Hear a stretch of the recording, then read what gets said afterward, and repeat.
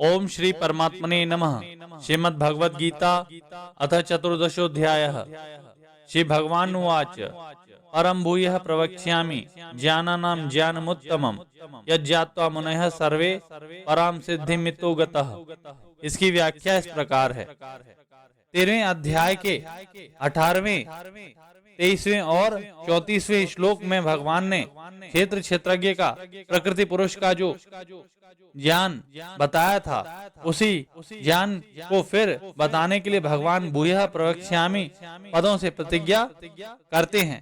लौकिक और पारलौकिक जितने भी ज्ञान हैं, अर्थात जितनी भी विद्याओं, कलाओं, भाषाओं, लिपियों आदि का ज्ञान है, इन सबसे प्रकृति पुरुष का भेद बताने वाला, प्रकृति से अतीत करने वाला, परमात्मा की प्राप्ति कराने वाला वह ज्ञान श्रेष्ठ है, सर्वोत्कृष्ट है। इसके समान दूसरा कोई ज्ञान है ही नहीं, हो सकता ही नहीं और होना संभव भी नहीं। कारण कि दूसरे ज्ञान संसार में फंसाने वाले हैं, बंधन में डालने वाले हैं। यद्यपि उत्तम और पर इन दोनों शब्दों का एक ही अर्थ होता है, तथापि यहाँ एक अर्थ के दो शब्द एक साथ आ जाते हैं, वहाँ उनके दो अर्थ होते हैं।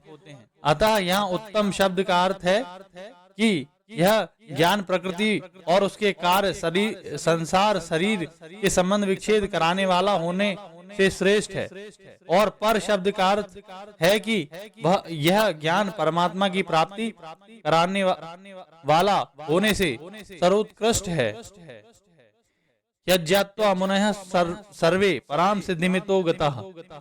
जिस ज्ञान को जानकर अर्थात जिसका अनुभव करके बड़े बड़े मुनि लोग इस संसार से मुक्त होकर परमात्मा को प्राप्त हो गए हैं, उसको मैं कहूंगा। उस ज्ञान को प्राप्त करने पर कोई मुक्त हो और कोई मुक्त ना हो, ऐसा होता ही नहीं। अपितु इस ज्ञान को प्राप्त करने वाले सब के सब मुनि लोग मुक्त हो जाते हैं, संसार के बंधन से, संसार की परवशता से छूट जाते हैं और परमात्मा को प्राप्त हो जाते हैं। तत्व का मनन करने वाले जिस मनुष्य का शरीर के साथ अपनापन नहीं रहा, वह मुनि कहलाता है। पराम सिद्धिम कहने का तात्पर्य कि संसारिक कार्यों की जितनी सिद्धियां हैं अथवा योग साधना से होने वाली अणिमा, महिमा, गरिमा आदि जितनी सिद्धियां हैं, वे सभी वास्तव में असिद्धियां ही हैं। कारण कि वे सभी जन्म मरण देने वाली, बंधन में डालने वाली, परमात्मा प्राप्ति में बाधा डालने वाली हैं। परंतु परमात्मा प्राप्ति रूप जो सिद्धि है वह सर्वोत्कृष्ट है, क्योंकि उसको प्राप्त होने पर मनुष्य जन्म मरण से छूट जाता है। इदम ज्ञानमुपाश्रित्य मम साधर्म्य मागताः सर्गेऽपि निपजायन्ते प्रलये न व्यथन्ति च। इसकी व्याख्या इस प्रकार है। पूर्व श्लोक में भगवान ने उत्तम और पर इन दोनों विशेषणों से जिस ज्ञान की महिमा कही थी, उस ज्ञान का अनुभव करना ही उसका आश्रय लेना है। उस ज्ञान का अनुभव होने से मनुष्य के संपूर्ण संशय मिट जाते हैं और वह ज्ञान स्वरूप हो जाता है।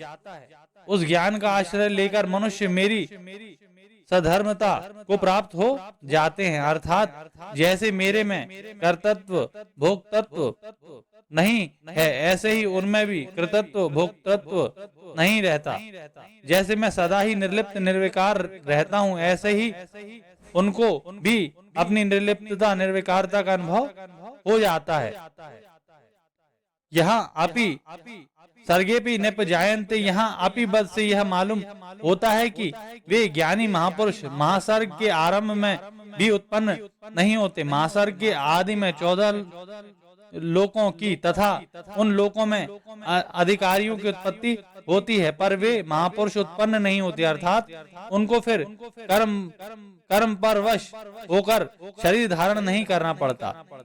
प्रलय न व्यथन्ति च, महाप्रलय में संवर्तक अग्नि से चर अचर सभी प्राणी भस्म हो जाते हैं। समुद्र के बढ़ जाने से पृथ्वी डूब जाती। 14 लोकों में हलचल हाहाकार मच जाता है। सभी प्राणी दुखी होते हैं, नष्ट होते हैं, परंतु महाप्रलय में उन ज्ञानी महापुरुषों को कोई दुख नहीं होता, उनमें कोई हलचल नहीं होती, विकार नहीं होता, वे महापुरुष जिस तत्व को प्राप्त हो गए उस तत्व में हलचल विकार है ही नहीं, तो फिर महापुरुष व्यतीत कैसे हो सकते हैं? नहीं हो सकते।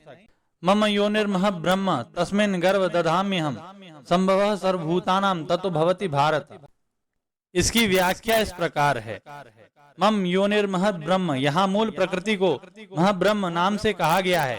इसके कई कारण हो सकते हैं, जैसे परमात्मा छोटे और बड़े होने से रहित हैं, अतः वे सूक्ष्म से सूक्ष्म भी हैं और महान से महान भी हैं।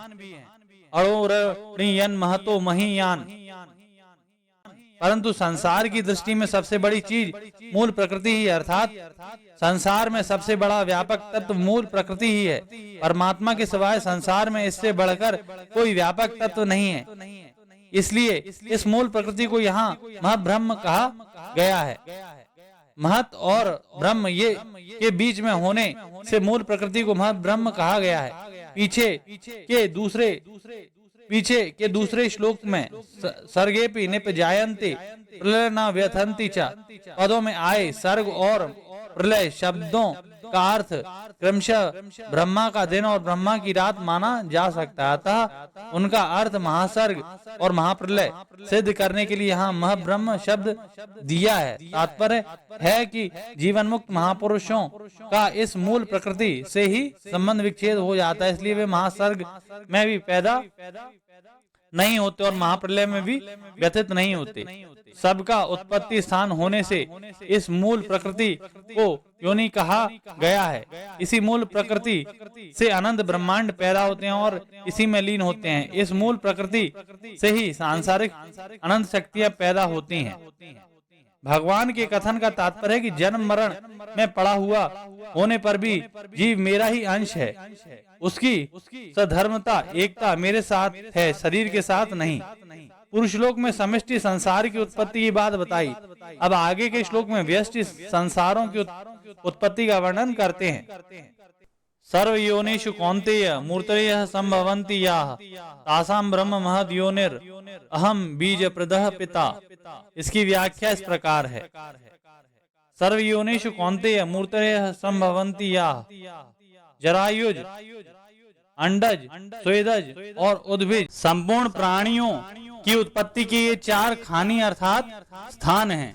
इन चारों में एक एक स्थान से लाखों योनियां पैदा होती हैं। इन लाखों योनियों में से एक एक योनि में भी जो प्राणी पैदा होते हैं उन सब की आकृति अलग अलग होती है।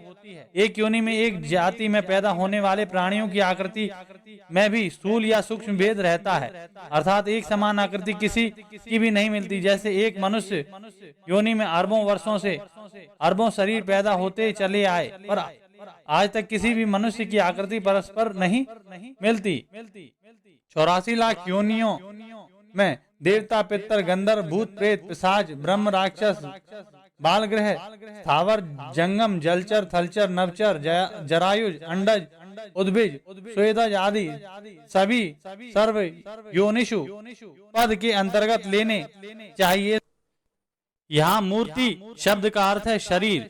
इसके अंतर्गत मूर्त, अमूर्त, व्यक्त, अव्यक्त दोनों शरीर लेने चाहिए। पृथ्वी, जल और अग्नि मूर्त हैं, वायु और आकाश अमूर्त है। वायु प्रधान शरीर होने से भूत, प्रेत, पिशाच भी अमूर्त हैं। भगवान ने पहले दूसरे श्लोक में बताया कि प्रकृति का संबंध न रहे तो जन्म मरण नहीं होता, और तीसरे चौथे श्लोक में बताया कि प्रकृति का संबंध रहने से जन्म मरण होता है। इसी बात को आगे 5वें से 18वें श्लोक तक विस्तार से कहा है।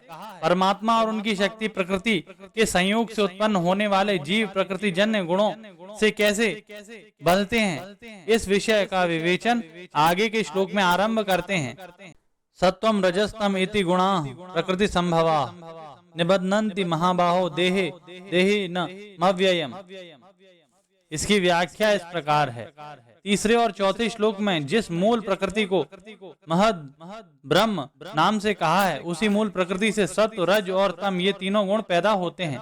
यहाँ इति पद का तात्पर्य है कि इन तीनों गुणों से अनंत सृष्टियां पैदा होती हैं और तीनों गुणों के तरतम्य से प्राणियों के अनेक भेद हो जाते हैं, पर गुण ना 2 होते हैं ना 4 होते हैं, अपितु 3 ही होते हैं। ये तीनों गुण अविनाशी देही को देह में बांध देते हैं। वास्तव में देखा जाए तो ये 3 गुण अपनी तरफ से किसी को भी नहीं बांधते, अपितु यह पुरुष इन गुणों के साथ संबंध जोड़कर बंध जाता है। तात्पर्य है कि गुणों के कार्य, पदार्थ, धन, परिवार, शरीर, स्वभाव, वृत्तियां, परिस्थितियां, क्रियाएं आदि को अपना मान लेने से यह जीव स्वयं अविनाशी होता हुआ भी बंध जाता है, विनाशी पदार्थ, धन आदि के वश में हो जाता है, सर्वथा स्वतंत्र होता हुआ भी पराधीन हो जाता है।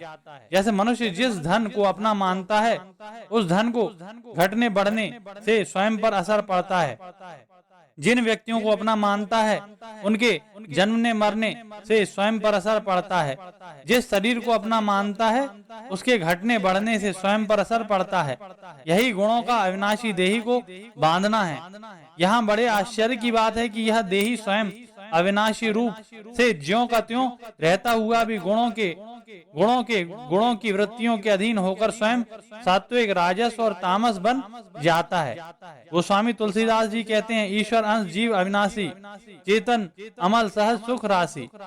जीव का यह अविनाशी स्वरूप वास्तव में कभी भी गुणों से नहीं बंधता, परंतु जब वह विनाशी देह को मैं, मेरा और मेरे लिए मान लेता है, तब वह अपनी मान्यता के कारण गुणों से बंध जाता है और उसको परमात्म तत्व की प्राप्ति में कठिनता प्रतीत होती है।